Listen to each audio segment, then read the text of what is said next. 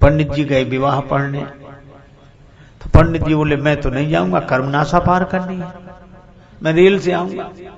अब रेल से आने में घूम कर आवे तो 2-2.5 घंटे अधिक लगे, और ये नदी पार करती दूसरे गांव में जाना था।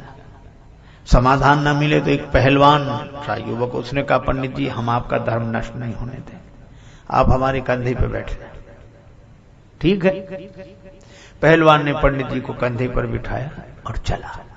पर भगवान भी कभी कभी ऐसा व्यंग करते हैं, बीच नदी में पहुंचा और उसका ऐसा बैलेंस बिगड़ा, पांव फिसला के पंडित जी को लिए दिए गिरा नदी में।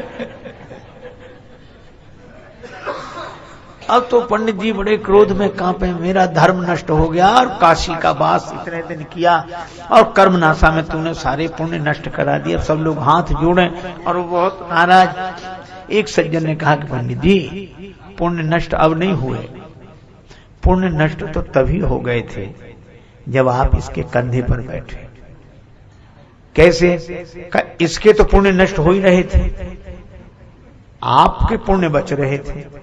तो जो दूसरे के पुण्य नष्ट करके अपने पुण्य बचाना चाहे उसके तो पुण्य नष्ट हो ही गए।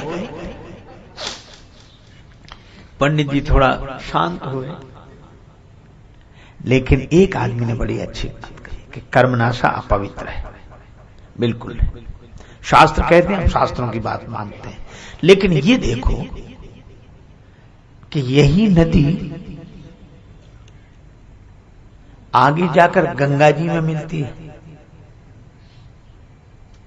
मैंने देखा कर्मनाशा गंगा जी में जाकर मिल जाती है, और कर्मनाशा में कोई पांव नहीं रखता धर्म की दृष्टि से, शास्त्र की दृष्टि से, लेकिन कर्मनाशा गंगा जी में मिल जाती है तो गंगा स्नान कौन बंद कर देगा?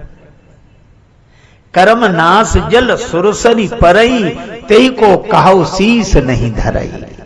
कर्मनाशा का जल गंगा जी में गिर जाए तो कौन शिरोधार्य नहीं करेगा? बस यही है, जब तक वो कर्मनाशा है तब तक शास्त्रों का नियम उसके लिए है, और जैसे ही वो गंगा जी में मिल जाती है वैसे ही शास्त्रों का नियम उसके लिए नहीं है। मैं भी आपसे यही कहता हूं, जब हम अपनी वर्ण जाति में रहकर अभिमान रखते हुए उसका पालन करते हैं तो शास्त्रों के नियम पूर्वक चलना चाहिए। लेकिन जिस दिन राम भक्ति जहां सुरसरी धारा, भगवान की भक्ति में हम अपने जीवन को मिला दें, उसी दिन शास्त्रों के नियम हमारे लिए दूसरे हो जाते हैं।